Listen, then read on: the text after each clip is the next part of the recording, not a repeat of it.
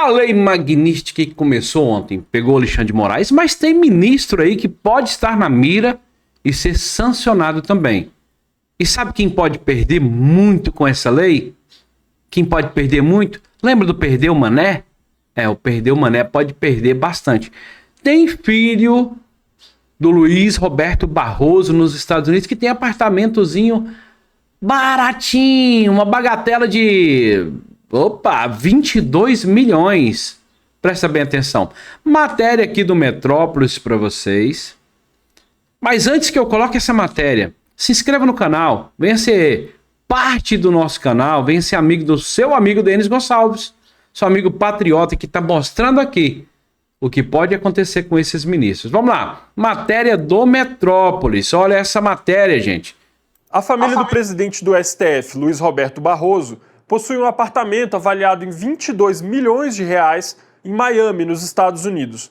O imóvel tem 158 metros quadrados e está registrado em nome de uma offshore, controlada pelo filho do ministro, o investidor Bernardo Van Brussel Barroso. Nesta quarta-feira, os Estados Unidos incluíram o ministro Alexandre de Moraes na lista de sanções da Lei Magnitsky, que pune violações de direitos humanos. Caso a medida seja estendida a outros integrantes do Supremo, como Barroso, a propriedade em Miami pode ser bloqueada. Um advogado especializado consultado pelo Metrópolis explicou que a lei permite sanção de bens em nome de terceiros, como familiares ou até mesmo laranjas, para evitar fraudes. O imóvel foi adquirido por 3,1 milhões de dólares através da offshore Telub Florida LLC. A transação foi concluída em março de 2014. O nome da empresa junta as iniciais de Tereza, Luna e Bernardo, familiares do ministro. Outras autoridades do judiciário brasileiro também possuem imóveis no bairro de Brickell, como o ex-ministro Joaquim Barbosa. E aí, o que vocês acham? O que pode acontecer com o Barroso, né? Com a família do Barroso? É muito dinheiro envolvido. Vocês veem que em 2014 já estavam adquirindo bens ali nos Estados Unidos. Esse negócio de ser ministro no Brasil é muito bom, porque existem escritórios, todo mundo sabe que existem escritórios que são ligados a esses ministros, que chegam a algumas ações que os honorários podem chegar a 100 milhões de reais. São muitas ações grandes que tem aí. Então é muito dinheiro envolvido e o Perdeu Mané pode estar perdendo seus privilégios nos Estados Unidos. É só o começo dessa lei magnífica e vamos esperar para ver o que pode acontecer. E falando nisso, e o Alexandre de Moraes, o juiz que gosta de ser chamado de excelência, todo respeito tem que ser dado a ele. Ontem ele perdeu as estribeiras. Vou trazer para vocês aqui uma imagem dele, vou trazer aqui até do Morning Show, só vou trazer imagem, não vou falar sobre isso. E ontem, né, no showzinho dele ali, né, que mostrando o dedo para os torcedores, o Alexandre de Moraes mostra o dedo do meio para os torcedores, né, do Corinthians ali, ele é corintiano, mostra o dedinho do meio, a compostura do juiz. O homem que gosta de respeito diante dele, ele não consegue respeitar nem mesmo a torcida do time dele. Esse é o juiz que nós temos aí hoje comandando o Brasil. O juiz mais político e partidário. Tem um outro que é muito político, mas ainda não consegue ter o poder que ele tem, que é o Flávio Dino. Mas essa é a atitude do Alexandre de Moraes. O que você acha disso? Gostou da atitude do Alexandre de Moraes? Você concorda com ele mostrando o dedinho desse jeito? E se fosse o Bolsonaro, ou se fosse alguém da direita mostrando o dedo para uma torcida? Será? O que aconteceria? Será que ele haveria decoro, impeachment, alguma coisa? Eu acredito que sim. Mas como ele é o rei do Olimpo, que não acontece nada, o Brasil está indo no controle do Alexandre de Moraes. Tá ficando difícil, né? Vamos ver até onde ele vai aguentar o tranco do Trump. Mais uma matéria para vocês aqui. Eu gosto de citar as fontes para vocês. Mais uma matéria agora. Vou trazer aqui uma fala do Trevisan, falando uma análise sobre o que tem acontecido. E depois que o Trevisan falar aqui, nessa análise que ele vai trazer, é lá do UOL, da emissora esquerdista UOL, se você vê a âncora aqui do jornal falando, é uma esquerdista de primeira categoria. Ela falando. A gente vai fazer uma análise aqui também. Para quem não se inscreveu, se inscreva no canal. Curta, vai lá, aperta o sininho das notificações, coloca todas, deixe seu comentário e fala o que você acha que está acontecendo. O que você acha que pode acontecer com esses ministros. Se você aprova o que o Lula está fazendo, se levantando contra o Trump e colocando nós em uma situação difícil. Vamos lá. Vou deixar a matéria para vocês aqui, para que não fique muito longo o vídeo. Pois fiquem comigo, porque vai ficar um pouco longo aqui essa fala do Trevisan, mas vale a pena você prestar atenção no que o professor vai falar. Queria fazer uma pergunta para o professor Trevisan. Professor, a gente viu no tratamento com os vários países com os quais vem negociando, ou melhor dizendo, agredindo, né? Donald Trump sempre ele bate com força para depois recuar, né? Aqui ela fala que o Donald Trump, ele tá agredindo, né? Então é um esquerdista de primeira categoria, mas vamos nos ater aqui ao que o Trevisan vai falar.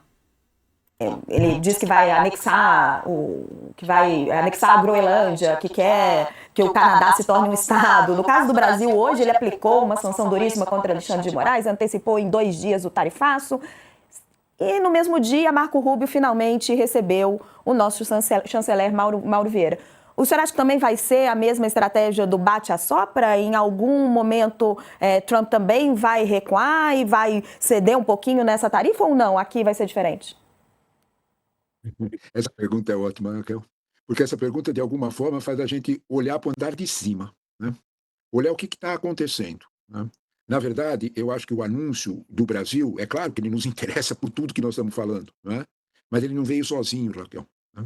Ele chegou no mesmo dia em que a poderosa Índia, quando nós falamos de Brasil, quando nós falamos de Índia, nós temos que olhar que é o país mais populoso do mundo e é o grande fator de contenção da presença chinesa em toda a Ásia.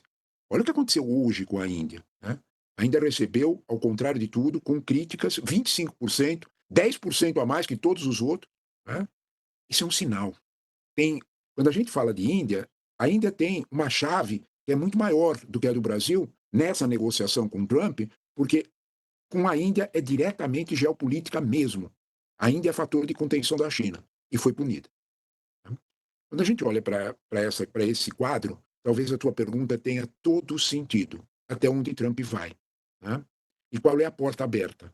Receber o chanceler Mauro Vieira hoje é essencial para dizer, olha, nós podemos morder até aí, e podemos morder mais. O que vocês vão recuar? Né? A Índia não recuou, Raquel. Foi esse o ponto. A Índia ficou na proteção de sua segurança alimentar, como é tradição da Índia, por décadas, e manteve. Ainda não se mexeu. Arriscou ser punido e não se mexeu. Eu desconfio que isso dá um sinal para todos nós, né? De alguma forma, o alvo central disso não é, desculpem a insistência, né? Não é Jair Bolsonaro, não vamos nos esquecer aquela expressão clássica. Eu já falei isso aqui várias vezes. O ponto central não é Jair Messias Bolsonaro. É Lula e o alinhamento que o Lula tem com esses países ditadores, principalmente com China e Rússia.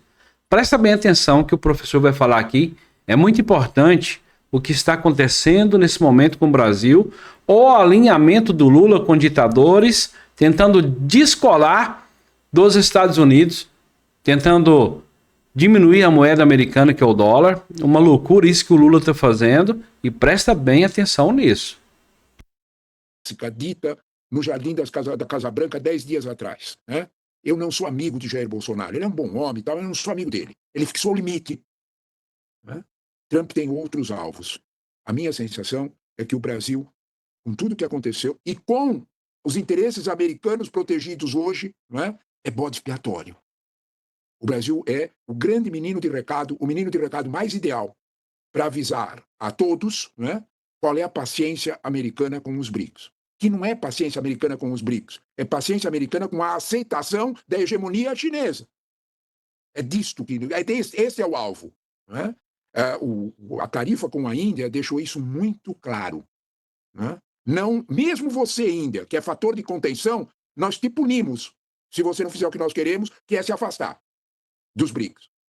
De algum modo, esse fator geopolítico, Trump conseguiu esconder bem. Nós não precisaríamos ser uma mosquinha para estar na reunião entre Marco Rubio e Mauro Vieira. Raquel, você tem toda a razão. Nessa reunião, o fator BRICS aparecerá com toda certeza e serviu para definir exatamente até onde os BRICS podem ir na amizade com a China.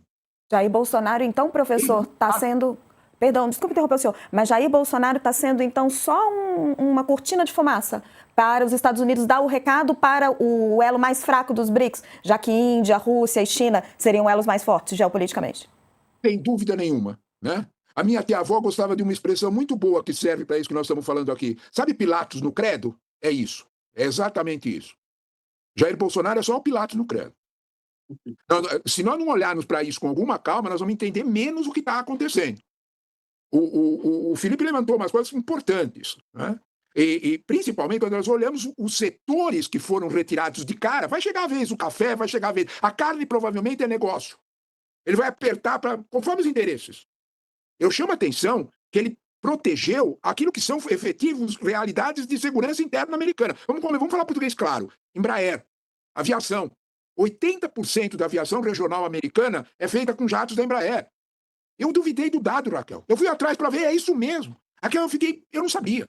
50% dos pousos e decolagens em Nova York e Washington são de jatos da Embraer, da aviação regional americana, que é a grande aliada de uma presença forte da aviação americana, do Boeing e tudo mais. É a grande aliada. Ela monta aqui, o que compra de lá é uma cadeia de produção. Foi absolutamente deixada de lado. Meu problema não é com vocês. O presidente da Embraer deu uma entrevista fantástica, deixando muito claro, o senhor está nervoso? Estou preocupado, mas eu sei qual é a importância da Embraer. Nós não estamos nesse problema. O problema não é esse. O problema é de outra natureza. As ações de Trump estão deixando cada vez mais claras. A gente precisa ter cuidado de que Trump... Olha, nós podemos criticar Trump em tudo, no que a gente quiser. Menos enquanto sujeito de comunicação, homem de comunicação. Ele sabe fazer a coisa. Ele escondeu perfeitamente os interesses americanos, trazendo para 2 dias antes... Vamos só até aqui? Ou seja...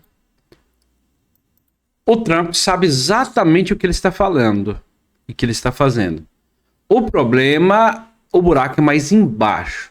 Não é sobre Jair Messias Bolsonaro, é sobre Lula, STF e BRICS. O Trump está por aqui com o Brasil. Tem a questão da Embraer, o problema não é com a Embraer, o problema é sistemático. É Lula se aliando a ditadores. E tem mais. O negócio, o buraco é mais embaixo. Teve uma matéria, eu não vou colocar para vocês aqui não, que os senadores vieram lá dos Estados Unidos com notícias bombásticas, falando que a União Europeia, o próprio Estados Unidos, tem sanções grandes, muito maiores do que esses 50% aí contra o Brasil, e não contra o Brasil, sistematicamente foi dito, mas contra países que estão fazendo comércio com a Rússia. O Brasil vai pagar o pato por conta do Lula e seus queridinhos. O Lula fecha acordo com esse povo e o Trump não quer. Nós temos um anão de jardim que a esquerda diz que é um estrategista, que é um homem acima da curva, mas a gente vê que o Trump vai colocar o Lula e o STF de joelhos. Não tem condições. Nós somos muito pequenos para encarar esse povo. A briga ali é de cachorro grande. Nós somos apenas um vira-lata, um cachorrinho diante da nação dos Estados Unidos e contra os grandes, até a própria China aí, uma gigantesca. Se fosse o contrário, o Brasil bater de frente com a China também não daria certo. E o Brasil batendo de frente com os Estados Unidos. A China cresceu muito, mas está no início do mercado, está começando agora. Foram anos vivendo sumida. Começou a crescer e começou a mostrar as asinhas. E o Trump, quando entrou, viu a besteira que fizeram de fazer comércio com eles, fortalecer a China quis crescer demais e o Trump entendeu isso. E o Brasil vai pagar o pato por conta desses acordos com China e Rússia. A Índia já começou a sofrer. E aí, o que você acha disso? Concorda com o Trevisan, que não é sobre Bolsonaro, é sobre Lula e as ações do STF? Acredito que sim. Para você que não se inscreveu, se inscreva no canal Denis Gonçalves, seu amigo patriota aqui, que está todos os dias fazendo vídeo. Hoje já estou melhor, ontem estava fazendo vídeo aqui. Uma situação difícil com uma gripe, uma virose que me pegou terrível. Mas hoje estou melhor, trazendo aqui informações para vocês. E na esperança que o Brasil melhore, na esperança que aconteça algo aí e que esse governo entenda que precisa dialogar, precisa conversar com o Trump. Esse negócio de ficar falando em soberania, enquanto quem paga pela soberania do país somos nós, que estamos aqui no chão de fábrica, os pobres coitados, enquanto eles estão lá. Vocês veem que os socialistas são capitalistas. O próprio filho do Barroso lá, um apartamento de 22 milhões. O socialismo é só para nós, para eles não. É capitalismo pesado mesmo. Deus abençoe você e até o nosso próximo vídeo, nosso próximo editorial.